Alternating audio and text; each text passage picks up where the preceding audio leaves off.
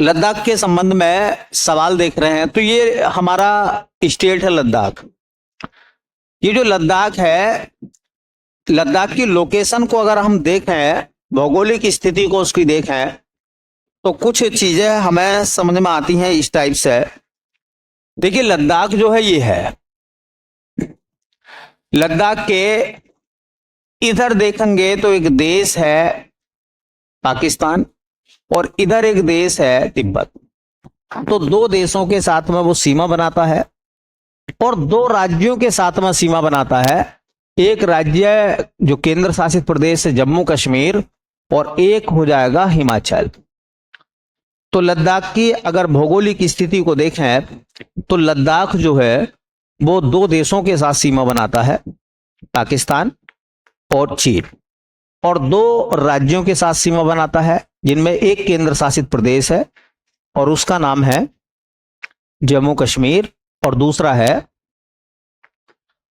हिमाचल प्रदेश। चलिए भैया, तो हमारा जो हेडिंग रहेगा अब कल से आगे, उसका नाम रहेगा लद्दाख की भौगोलिक स्थिति।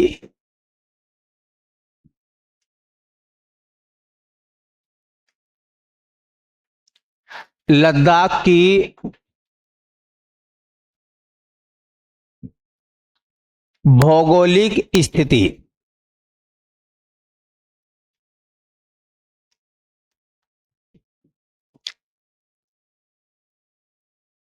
भौगोलिक स्थिति का मतलब हो जाएगा कि लद्दाख की लोकेशन कहां है, लद्दाख कहां पर बसा हुआ है, ठीक है, उन चीजों के बारे में। तो देखो लद्दाख दो देशों के साथ सीमा बनाता है, जो मैंने अभी आपको मैप में बताई थी।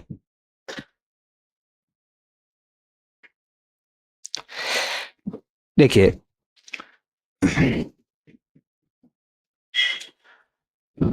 लद्दाख दो देशों के साथ सीमा बनाता है।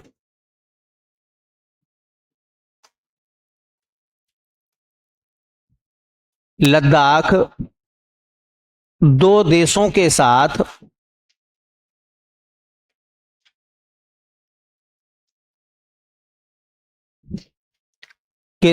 सीमा बनाता है।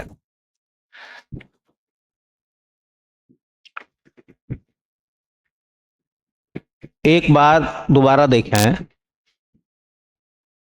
देखो वैसे ये वाला हिस्सा जो आता है ना, ये वाला ये हिस्सा जो आ जाता है ये पीओके कहलाता है, पाक अधिकृत कश्मीर, और ये भी लद्दाख में आता है, ठीक है, लद्दाख का हिस्सा है। अगर भारत कहता है कि हमारा है, तो ऐसी स्थिति में ये जो एक देश है ये वाला, ये ऐसा आकर यहां सीमा बनाएगा। तो अगर पीओके भारत का हिस्सा है तो फिर लद्दाख तीन देशों के साथ सीमा बनाएगा। लेकिन फिलहाल तो स्थिति यह है कि पीओके पर पाकिस्तान का अधिकार है, पाकिस्तान ने कब्जा कर रखा, मतलब अधिकार तो नहीं है खैर उसका, उसने कब्जा कर रखा है। तो ऐसी स्थिति में हम दो देश लिख रहे हैं, ठीक है।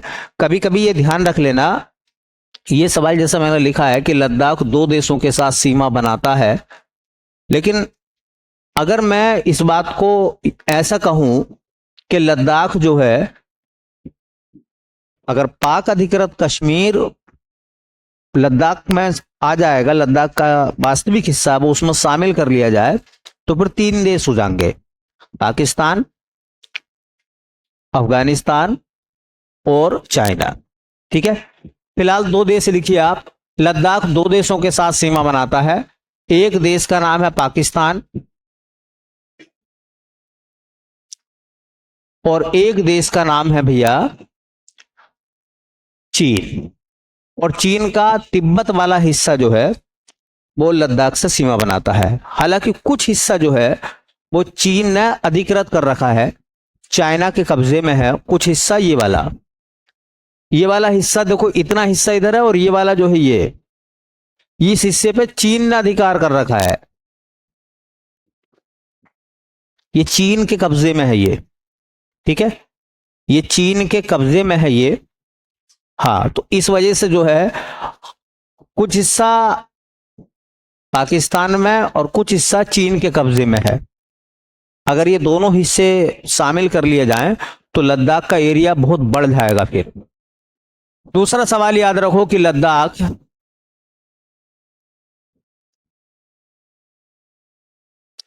दो राज्यों से सीमा बनाता है, दो राज्यों से सीमा बनाता है। लद्दाख की सीमा दो राज्यों से लगती है, एक जम्मू कश्मीर, हालांकि जम्मू कश्मीर भी फिलहाल एक केंद्र शासित प्रदेश है, और एक दूसरा है हिमाचल प्रदेश। हिमाचल प्रदेश। एक बार सवाल पूछा गया था कि लद्दाख के दक्षिण में कौन सा राज्य है। लद्दाख के दक्षिण में कौन सा राज्य है, दोबारा देख लें। लद्दाख के दक्षिण में कौन सा राज्य आपको नजर आ रहा है? तो देखो, अगर देखेंगे तो साउथ में जो है वो हिमाचल प्रदेश है, और थोड़ा सा देखेंगे वेस्ट वाला इलाका जो है, दक्षिण पश्चिम वाले इलाके में जम्मू कश्मीर है। तो ये सवाल एसएससी ने ही मालूम करा था कि लद्दाख के दक्षिण में कौन सा राज्य स्थित है, तो कौन सा है? हिमाचल प्रदेश। लद्दाख के दक्षिण का राज्य कौन सा है? तो वो है हिमाचल प्रदेश। तो याद रखो, लद्दाख जो है वो फिलहाल तो दो देशों के साथ सीमा बनाता है। अगर पाक अधिकृत कश्मीर भारत का हिस्सा हो जाएगा तो फिर लद्दाख तीन देशों के साथ में सीमा बनाएगा, पाकिस्तान, अफगानिस्तान और चाइना। ठीक है, फिलहाल पाक अधिकृत कश्मीर पर कब्जा कर रखा है पाकिस्तान ने, तो उसे अगर हम अलग कर रहे हैं तो फिर दो देश बनने हैं, एक पाकिस्तान और एक चाइना। दो राज्यों के साथ में वो सीमा भी बनाता है।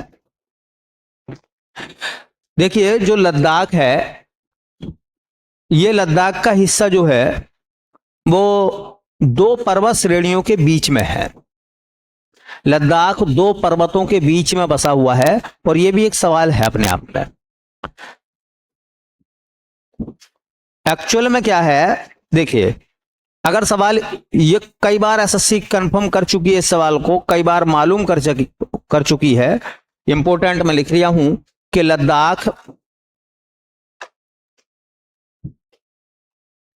लद्दाख दो पर्वत श्रेणियों के मध्य स्थित है। लद्दाख दो पर्वत श्रेणियों के मध्य स्थित है।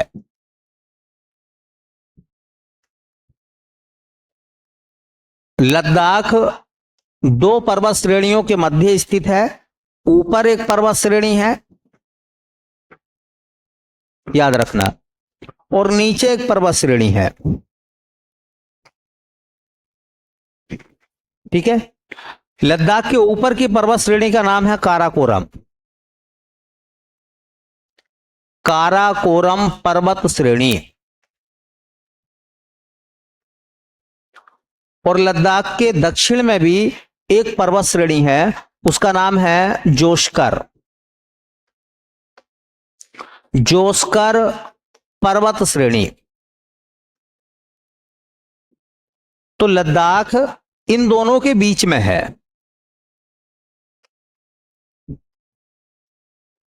इन दोनों के बीच में है। देखिए, सवाल याद रखना, सवाल पूछा जाएगा कि लद्दाख किन किन पर्वत श्रेणियों के मध्य स्थित है। पहला ऑप्शन आएगा पीर पंजाल और जोस्कर, बी में लिखा हुआ होगा जोस्कर और काराकोरम, सी में लिखा हुआ होगा काराकोरम और पीर पंजाल, डी में लिखा हुआ होगा काराकोरम और महाभारत पर्वत श्रेणी। तो इसमें सही आंसर क्या है?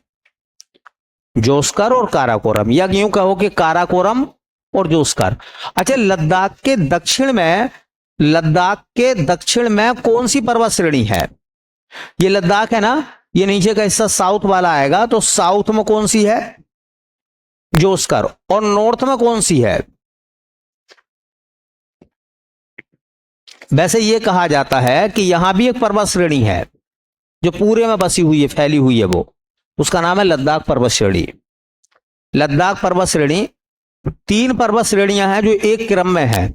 ऊपर जोस्कर, नीचे लद्दाख और सबसे नीचे, ऊपर काराकोरम, नीचे है लद्दाख और सबसे नीचे जोस्कर पर्वत श्रेणी है। तो लद्दाख किन किन पर्वत श्रेणियों के बीच स्थित है? या मैं यूं कह दूं कि लद्दाख पर्वत श्रेणी, लद्दाख पर्वत श्रेणी किन किन पर्वत श्रेणियों के मध्य है? तो काराकोरम और जोस्कर। अच्छा, लद्दाख पर्वत श्रेणी के ऊपर कौन सी पर्वत श्रेणी है और लद्दाख पर्वत श्रेणी के नीचे कौन सी पर्वत श्रेणी है? जोस्कर। क्लियर होगी बात? देखिए,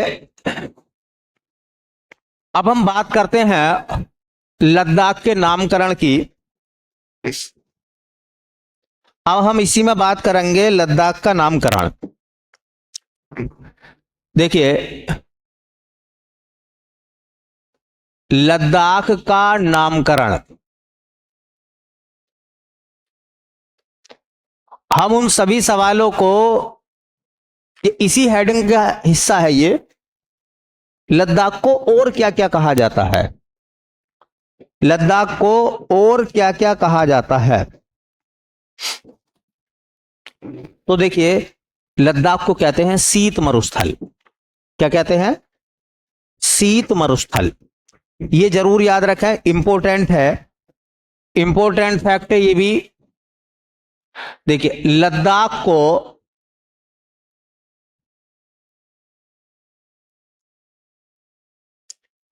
शीत मरुस्थल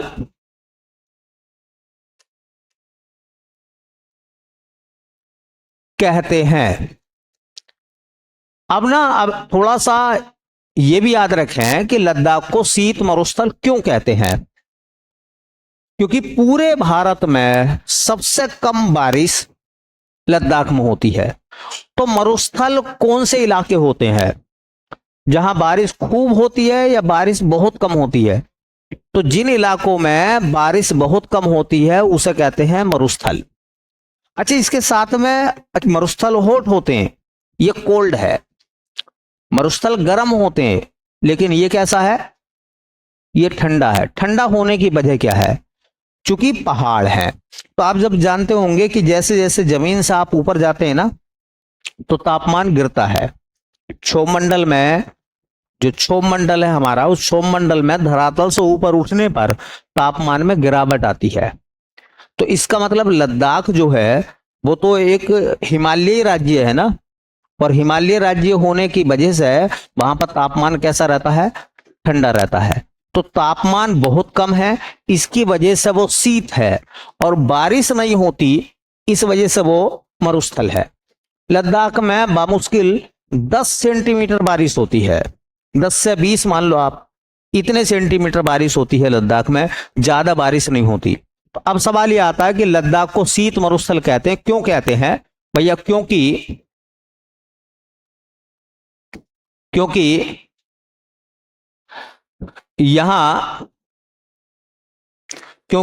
यहां भारत में सबसे कम वर्षा होती है। पूरे भारत की बात चल रही है। भारत में सबसे कम वर्षा होती है। एक सवाल और समझ लेना, सवाल यह पूछा जाएगा कि भारत में सबसे कम बारिश कहां होती है। उसमें ऑप्शन में राजस्थान भी होगा और उसमें ऑप्शन में लद्दाख भी होगा। तो फिर सही आंसर क्या लगेगा?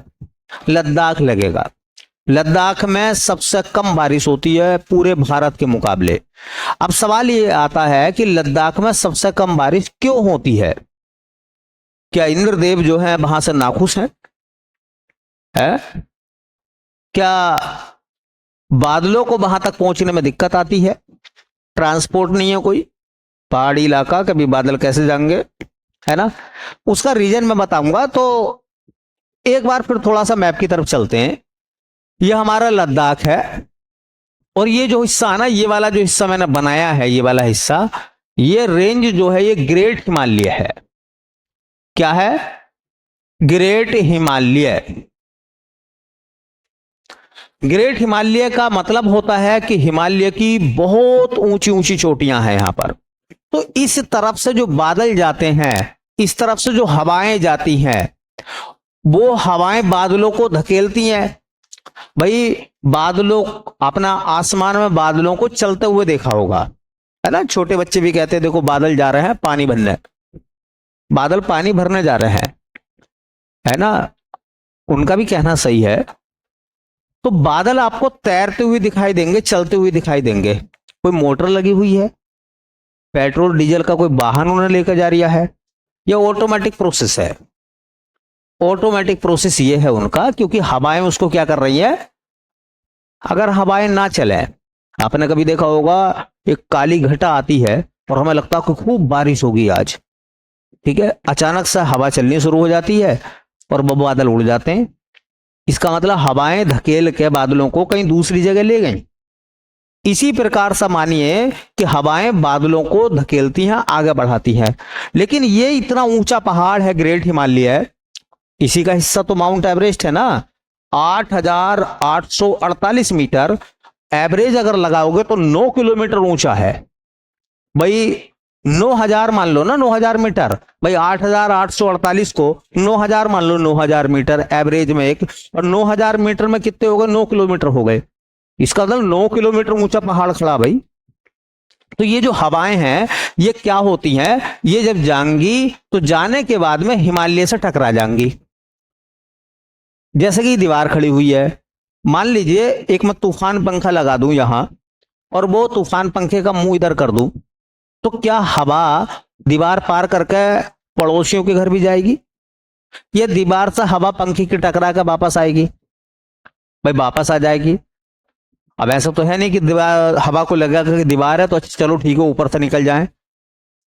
अच्छा पंखे को थोड़ा ऊपर उठा लोगे तो हवा थोड़ी दीवार के ऊपरी हिस्से पे गिरेगी, ऐसा है नहीं है। पंखों को नीचा कर दोगे तो हवा का प्रेशर जो है वो थोड़ा नीचे हो जाएगा। इसी प्रकार से बताया जाता है कि जब ये हवाएं जाकर हिमालय से टकराती हैं तो हिमालय बहुत ऊंचा पर्वत है, ग्रेट हिमालय, और ये उसे पार नहीं कर पाती, ये उसे पार नहीं कर पाती ग्रेट हिमालय को। तो फिर ग्रेट हिमालय की तरफ से आने वाली ठंडी हवाएं हमारे पास आएंगी क्या। भाई ये हिमालय तो दीवार की तरह काम कर रहा है, ये इधर वाली हवाओं को भी उधर जाने से रोक रहा है। तो उधर की जो शीत हवाएं हैं क्या वो भारत मांगी। ये हिमालय को एक दिन बुलडोजर से तोड़ दो, फिर तुम देखना ठाकुरद्वारे में बर्फ जम जाएगी। इतनी शीत हवाएं आएंगी उत्तरी इलाकों से, इतनी शीत हवाएं आएंगी कि यहां हमारे यहां भी शिमला जैसा नजारा बन जाएगा। और ये हिमालय ही है जो भारत का प्रहरी के रूप में काम करता है। भारतीय मानसून को नॉर्थ इंडिया में या इस इलाके में लाने का काम हिमालय करता है, क्योंकि हवाएं बादल गए टकराए वापस आ गए। तो कुछ तो बादल जाते हुए इस इलाके में बारिश करते हैं, नहीं करते। जब जाएंगे तो बरसते हुए जाएंगे, चाहे थोड़ा बरसा, और जब दीवार से जाकर टकरा जाएंगे हिमालय से तो फिर लौट कर आएंगे। अब ज्यादा बारिश करेंगे गुस्से में, क्योंकि टकरा कर आ रहे हैं, फिर बारिश करेंगे। तो इस इलाके में भरपूर बारिश होती है। अगर हिमालय ना होता तो इस इलाके में बारिश कम होती, क्योंकि हिमालय की तरफ जाते समय भी बादल बारिश करते हैं और टकरा के वापस आते समय में भी बारिश करते हैं वो। अब सवाल ये है कि ये जो हिस्सा ग्रेट हिमालय के पीछे है, ये वाला लद्दाख जो है वो ग्रेट हिमालय के पीछे है, और ग्रेट हिमालय के पीछे के हिस्से को कहते हैं हम ट्रांस हिमालय। तो अब सवाल ये निकल कर आता है कि जब ये हवाएं ट्रांस हिमालय मतलब ग्रेट हिमालय को पार नहीं कर पाई, ट्रांस हिमालय में पहुंची नहीं, तो क्या इस इलाके में बारिश होगी। इसलिए भारत का ये हिस्सा बहुत कम बारिश वाला हिस्सा बन जाता है, या यूं कहें कि यहां पर मरुस्थल बन जाता है, या यूं कहें कि यहां बारिश तो होती नहीं, और होती भी है तो बहुत कम होती है, बहुत कम बारिश होती है। तो बात समझ में आ गई। सवाल ये पूछा जाएगा आपसे कि भाई शीत मरुस्थल किसे कहते हैं, तो शीत मरुस्थल हम बोलते हैं किसको भैया, लद्दाख को। क्यों कहते हैं शीत मरुस्थल, क्योंकि यहां सबसे कम। अब सवाल यह कि सबसे कम बारिश क्यों होती है यहां पर, क्योंकि यह ट्रांस हिमालय में बसा है। ग्रेट हिमालय के पीछे वाला हिस्सा क्या है? ट्रांस हिमालय है, ठीक है। और ट्रांस हिमालय में बसा होने के कारण जो हवाएं हैं वो ग्रेट हिमालय को पार नहीं कर पाती, जिसके कारण ये इलाका सूखा रह जाता है, ठीक है। तो ये भी याद रखना, यहां सबसे कम बारिश क्यों होती है भाई? तो हम क्या कहेंगे, देखिए ये फैक्ट भी इंपॉर्टेंट बना के लिखें आप। लद्दाख में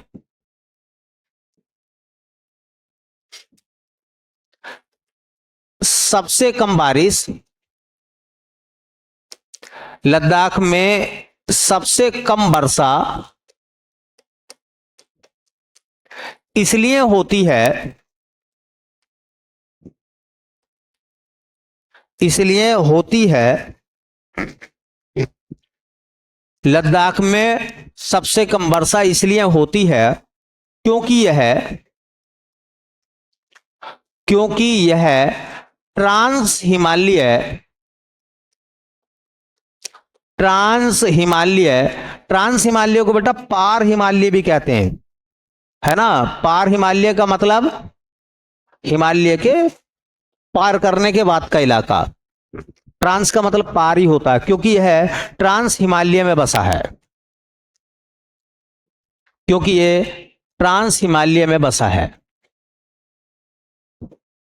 तो आपको पता चल गया, आपको यह पता चल गया कि लद्दाख में भारत की सबसे कम बारिश होने की वजह क्या है?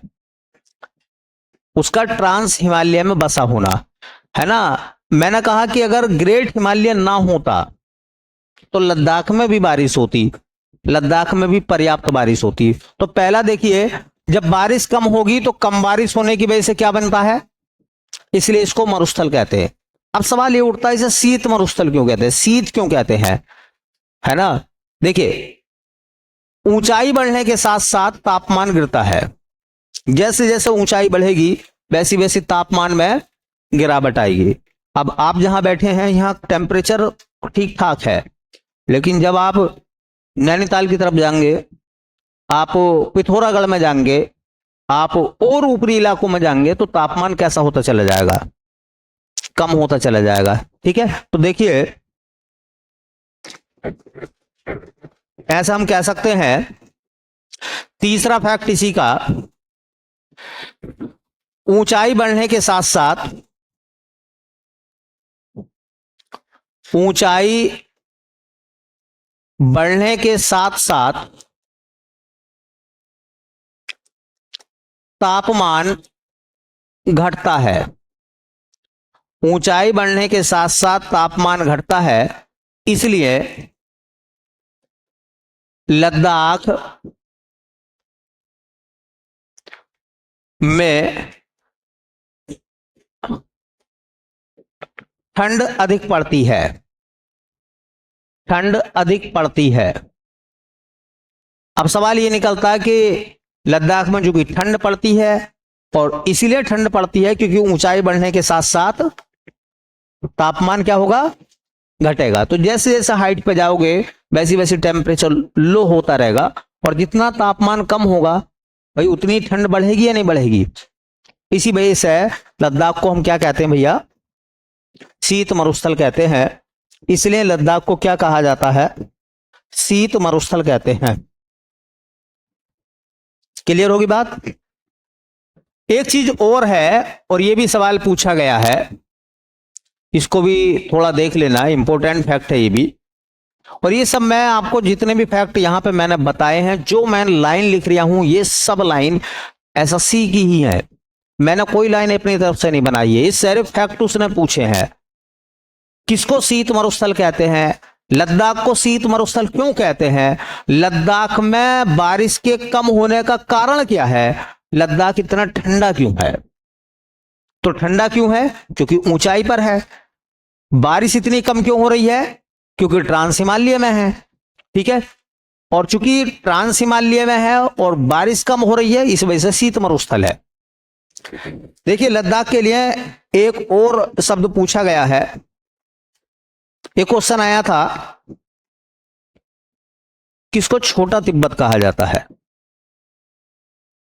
और उन्होंने तो एसएससी वालों ने पूछा लिटिल तिब्बत। हम तो छोटा तिब्बत कह भी रहे हैं थोड़ी बहुत बात। हाँ, उन्होंने कहा लिटिल तिब्बत किसे कहते हैं। अब उसमें क्या होता, लिटिल तिब्बत के रूप में सिक्किम भी ऑप्शन था, अरुणाचल प्रदेश भी था, लद्दाख भी था और हिमाचल प्रदेश भी था। ठीक है, तो ये जो लद्दाख है इसको क्या कहते हैं भैया? हाँ, लद्दाख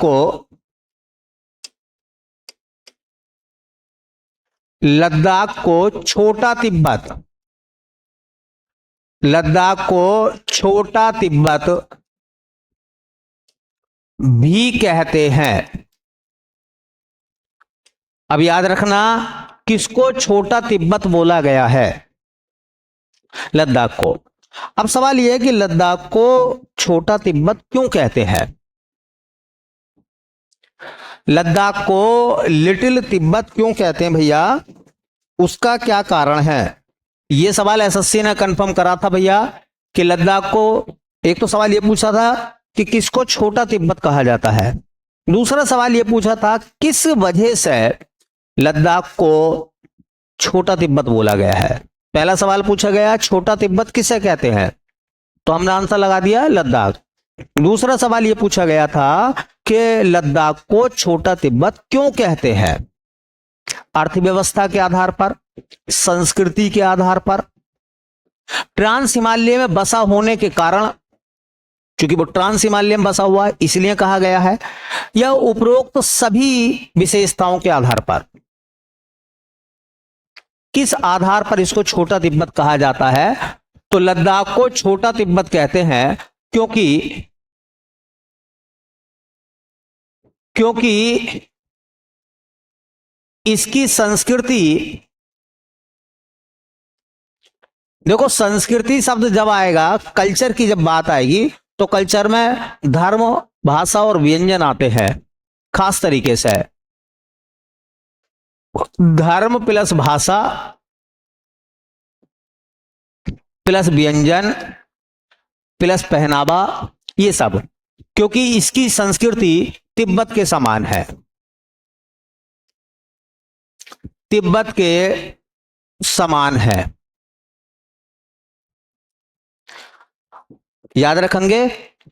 अच्छा बताओ, लद्दाख को छोटा तिब्बत किस आधार पर बोला गया? तो अर्थव्यवस्था के आधार पर, संस्कृति के आधार पर, ट्रांस हिमालय में बसा होने की वजह से, या ये सभी बातें ठीक है? तो संस्कृति के आधार पर। अब उसका रीजन मैं बताऊंगा। देखिए एक बार फिर मैप पे चलते हैं, मैप बहुत काम का है हमारे लिए। ये जो मैप आप देख रहे हैं, और अभी मैंने आपको एक बात बताई, थोड़ा सा ध्यान रखना। ये जो मैंने पर्वत बनाया, इसी का नाम मैंने लिखा था ग्रेट हिमालय। ठीक है, ये ग्रेट हिमालय है। अब एक बात बताओ, ये ग्रेट हिमालय को पार करके है, हिमालय के पीछे है। अब हिमालय के पीछे है तो खुद बताइए, यहां के जो रहने वाले लोग होंगे उनका ज्यादातर संपर्क किन लोगों के साथ रहा होगा? अब इतना 9,000 किलोमीटर, 9 किलोमीटर ऊंचा पर्वत है ना, उसे पार करके आप इंडिया में आओगे, यहां के लोगों से मिलोगे, या एक प्लेन भूमि है तिब्बत की जहां चाइना के लोग रहते हैं, तिब्बत के लोग रहते हैं, इनका आवागमन आसान हो जाएगा। भाई दीवार है, मेरे भाई का घर साइड में है इधर, और खूब ऊंची दीवार है, 2 मंजिला भी बना रखा उसने, तो उधर को जाएंगे तो टाइम लगेगा, पूरा रास्ता घूम के जाएंगे, या फिर दीवार पर सीढ़ी लगा के जाओगे। इधर जो पड़ोसी रहते हैं ना, कोई दीवार नहीं है, छोटी सी दीवार है, 2-2.5 फीट की, 2-2.5 फीट की दीवार है ना। अगर रात में किसी सामान की जरूरत पड़ेगी, कहां से मांगोगे? उधर ही चले जाएंगे, क्योंकि इनके तो घूम के जाओगे भैया, या फिर सीढ़ी लगानी पड़ेगी। तो ग्रेट हिमालय की वजह से लद्दाख जो है उसका धर्म, चूंकि तिब्बत में भी बौद्ध लोग रहते हैं, लद्दाख में भी बौद्ध रहते हैं, तो धार्मिक रूप से उनके बीच में रिलेशनशिप बड़े होंगे नहीं बड़े होंगे एक दौर में, तब तो देश अलग अलग हो गए, पहले जब पूरा क्षेत्र एक रहा होगा तो लद्दाख के लोगों का चाइना के तिब्बत के लोगों से संपर्क बढ़ा होगा, क्योंकि दोनों में एक ही रिलीजन के लोग हैं। ये भी बौद्ध धर्म को मानते हैं, ये भी बौद्ध धर्म को मानते हैं। ठीक है, क्योंकि हिमालय की बाधाएं नहीं है उधर, इसलिए धर्म एक है, भाषा एक है, लगभग एक सी भाषा बोलते हैं दोनों लोग। कपड़े पहनने के जो तौर तरीके हैं वो एक से हैं, खान पान है तकरीबन वो एक सा है। इन सब आधार पर, इन सब चीजों को मिलाकर देखा जाए तो आपको महसूस होगा कि वो लोग ऐसा लगेंगे जैसे कि चाइना के हैं, मतलब तिब्बत के हैं। इसलिए इस वजह से तिब्बत को क्या बोला गया भाई? तिब्बत को क्या बोला गया बताओ? मतलब लद्दाख को क्या बोला गया? छोटा तिब्बत, संस्कृति के आधार पर। और ये होता भी है, क्योंकि जैसे कहते ना कि जैसा आपके आसपास माहौल होता है, आप भी धीरे धीरे करके उसमें वैसे ही ढल जाते हैं। अच्छे लोग होंगे तो अच्छे लोगों के रूप में आप ढल जाएंगे, और गलत लोग होंगे तो गलत लोगों के रूप में ढल जाएंगे। एक सवाल और पूछा गया, सवाल ये पूछा गया कि बताइए किसको लामाओं की भूमि कहा जाता है? किसको लामाओं की भूमि कहा जाता है? तो लामाओं की भूमि किसे कहते हैं? लद्दाख को। यह भी इसका एक नाम है, और यह भी एसएससी ने मालूम करा भैया। देखिए लद्दाख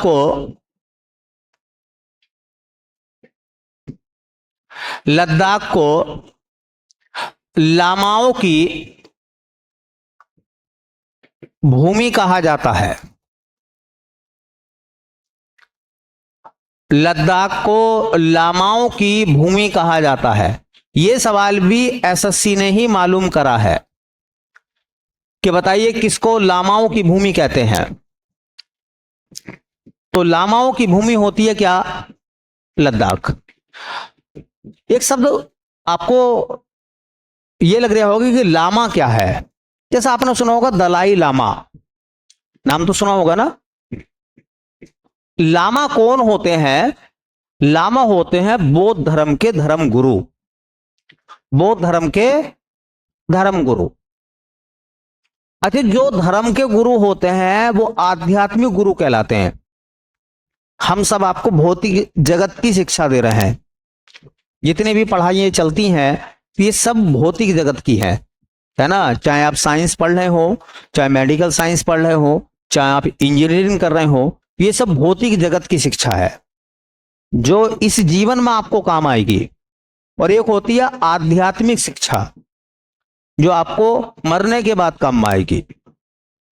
अरे भैया, आध्यात्म में क्या लोग सिखाते हैं, है ना? ये तो सिखाते हैं कि इस लोक में और परलोक में बड़ा फर्क है। अब भाई देखो, हमने तो परलोक देखा नहीं, ना हमें होश है ना, तो हम तो परलोक की बात करते नहीं, हम तो इसी लोक की बात करते हैं कि भैया यही लोक हमने देखा है। ठीक है, क्योंकि इतना दिव्य ज्ञान अपने आप में तो हमारे अंदर तो है नहीं भाई कि हम बैठे बैठे देख लें कि आज स्वर्ग में क्या चल रहा है, क्या डिश पकी है, और नरक में किसके पकोड़े बन गए आज, है ना। तो ये हमारी तो रेंज से बाहर है। ये इसको दिव्य ज्ञान भगवान ने दिया है, वो लोग ही देखते होंगे, वो ही लोग बताएंगे इसके बारे में। तो वो ही आध्यात्मिक गुरु बन सकते हैं। हर आदमी आध्यात्मिक गुरु नहीं बन सकता, हालांकि बहुत सारे बन रहे हैं। ठीक है, तो जो इस जगत में काम आए भाई, जो इस जगत में काम आए वो भौतिक संसाधन है, और हम सब लोग भौतिक संसाधनों की बात कर रहे हैं, भौतिक संसाधनों पे हम लोग काम कर रहे हैं। तो ऐसी क्या है ना, बौद्ध धर्म के जो आध्यात्मिक गुरु होते हैं उनको लामा कहते हैं। और कई सारे लामा जो है वो लद्दाख में थे। कई सारे लामा लद्दाख में थे, इसी वजह से लद्दाख को लामाओं की भूमि कहा गया है ना। तो लद्दाख को क्या बोला गया है?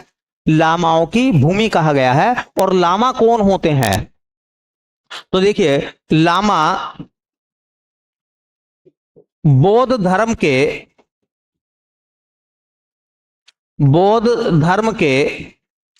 आध्यात्मिक,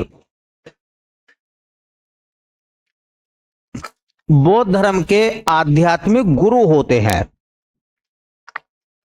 गुरु होते हैं। तो बौद्ध धर्म के आध्यात्मिक गुरु को लामा कहा जाता है। और ये याद रखना है कि कई सारे बौद्ध गुरु अर्थात लामा तिब्बत में लद्दाख में हुए हैं। इसी वजह से लद्दाख को क्या कहते हैं? लद्दाख को क्या कहते हैं भैया? लामाओं की भूमि। लद्दाख को और क्या कहते हैं? छोटा तिब्बत। लद्दाख को और क्या कहते हैं? शीत मरुस्थल।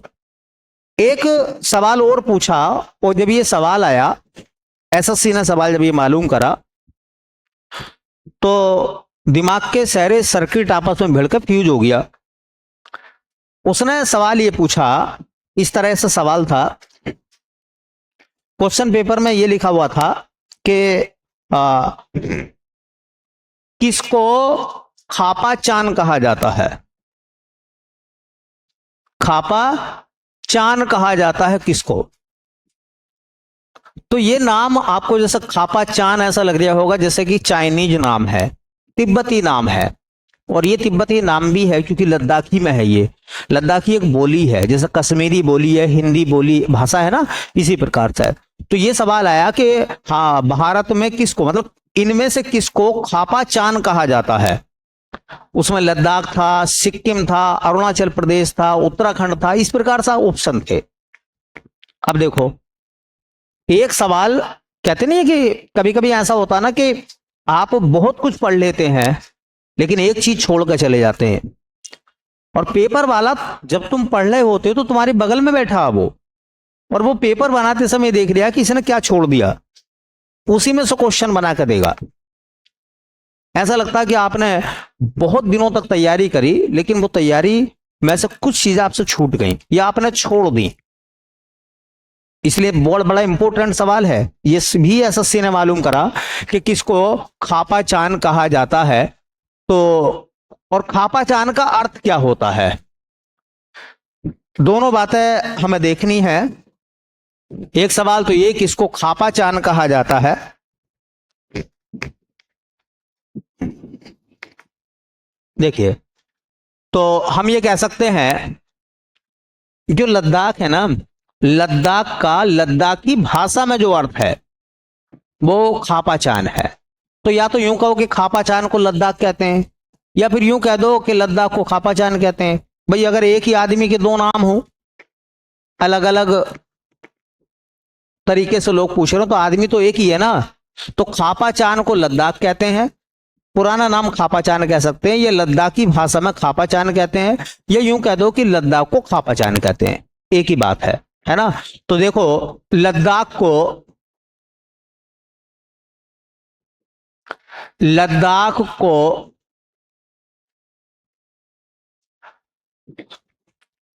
खापा चान कहा जाता है।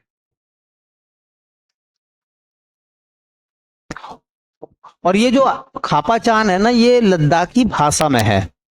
जैसे कि जापानी भाषा में जापान को निप्पन कहते हैं। क्या कहते हैं? निप्पन। जापान के लोग जापान को निप्पन कहते हैं। निप्पन जापानी भाषा का शब्द निप्पन, और उसका मतलब होता है उगते सूरज का देश, उगते सूरज का। इसी प्रकार से लद्दाख को खापा चान कहा जाता है, और खापा चान का अर्थ होता है बर्फ की भूमि। क्या है? कभी पूछने लगे तो ये बात भी याद रख लेना, खापा चान का अर्थ, खापा चान का अर्थ होता बेटा बर्फ की भूमि। खापा चान का अर्थ होता है बर्फ की भूमि।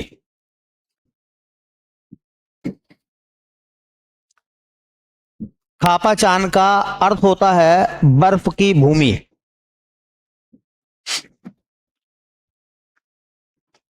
देखो, लद्दाख को शीत मरुस्थल कहते हैं, नामकरण की जहां तक बात है।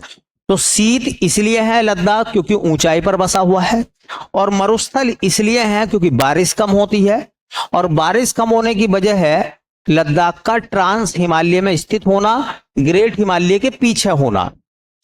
लद्दाख को छोटा तिब्बत भी कहते हैं क्योंकि लद्दाख के लोगों की जो संस्कृति है वो तिब्बत से मिलती जुलती है, जैसे कि धर्म, जैसे कि भाषा, जैसे कि उनका खान पान, इसलिए उसको लिटिल तिब्बत भी हम लोग बोल देते हैं, छोटा तिब्बत भी हम लोग कह देते हैं। तीसरा, लद्दाख को लामाओं की भूमि कहा गया है, और लामा जो होते हैं वो बौद्ध धर्म के आध्यात्मिक गुरु होते हैं। आध्यात्मिक गुरु लामा कहलाते हैं, आध्यात्मिक गुरु लामा कहलाते हैं। और लद्दाख में कई सारे लामा देखे गए थे, कई सारे लामा वहां पर हुए थे लद्दाख में, इसलिए लामाओं की भूमि है लद्दाख को। हाँ, लद्दाख को खापा चान भी कहते हैं, और खापा चान का मतलब होता बर्फ की भूमि। एक्चुअल में क्या है कि लद्दाख ऊंचाई पर है, और वहां पर शीत होने की वजह से बर्फबारी खूब होती है। तो वही बर्फ कहाँ गिरेगी, जहां क्षेत्र का इलाका जो होगा वो ठंडा होगा। ठीक है, चलिए एक सवाल और मैं आपको बताऊंगा लद्दाख के बारे में।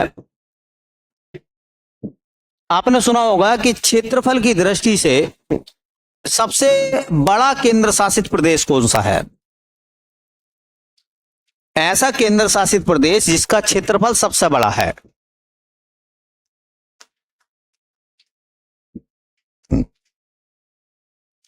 क्षेत्रफल की दृष्टि से सबसे बड़ा केंद्र शासित प्रदेश,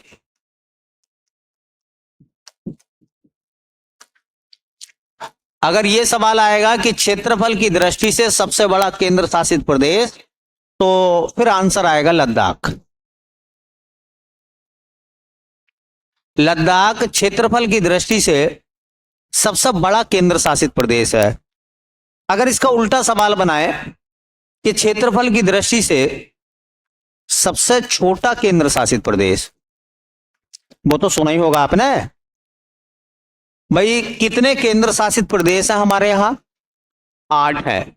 8 में अगर आप देखोगे तो एक लद्दाख हो गया, एक जम्मू कश्मीर हो गया, एक चंडीगढ़ हो गया, एक दिल्ली हो गया, 4 हो गए। एक दमन दीप और दादर नागर हवेली हो गए, क्योंकि दोनों मिल गए हैं वो एक जगह अब। ठीक है, 5 हो गए। एक आपका लक्षद्वीप हो गया, एक पांडेचेरी हो गया, एक अंडमान निकोबार हो गया। 8 ही तो केंद्र शासित प्रदेश है। इनमें सबसे बड़ा क्षेत्रफल किसका है? तो वह है लद्दाख का। और सबसे छोटा, देखिए क्षेत्रफल की दृष्टि से, क्षेत्रफल की दृष्टि से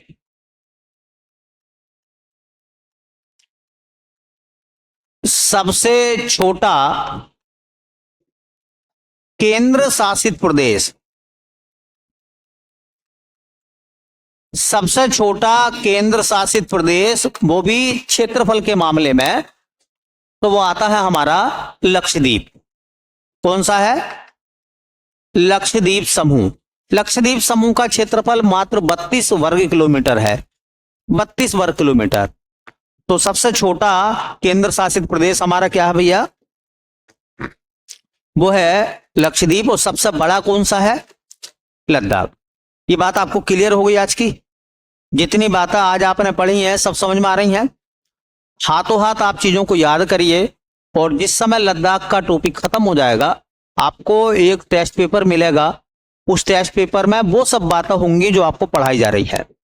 बस आपको उस पेपर को करना है कि किस तरीके से आप उस पेपर को हैंडल करते हो, सोल्व करते हो। 2025 का टारगेट है हमारा, और हम कोशिश ये करेंगे कि आपको 40 क्वेश्चन आपके करेक्ट करा दें, 40 क्वेश्चन विद करंट वगैरह मिलाकर। अभी लद्दाख खत्म नहीं हुआ है। लद्दाख में अभी मेले, त्योहार, नृत्य, मंदिर, मठ, ये सब चीजें क्या है अभी लद्दाख में आनी बाकी है। तो एक टॉपिक 7 से 8 दिन चला करेगा, और 7 से 8 दिन चलेगा तो मैं आपको बता दूं कि जितने भी करंट बेस्ड सवाल हैं वो भी सब आपके सामने होंगे। ठीक है, तो थोड़ा अच्छे से याद करना। बाकी मुलाकात करते हैं कल। ठीक है, चलो भैया।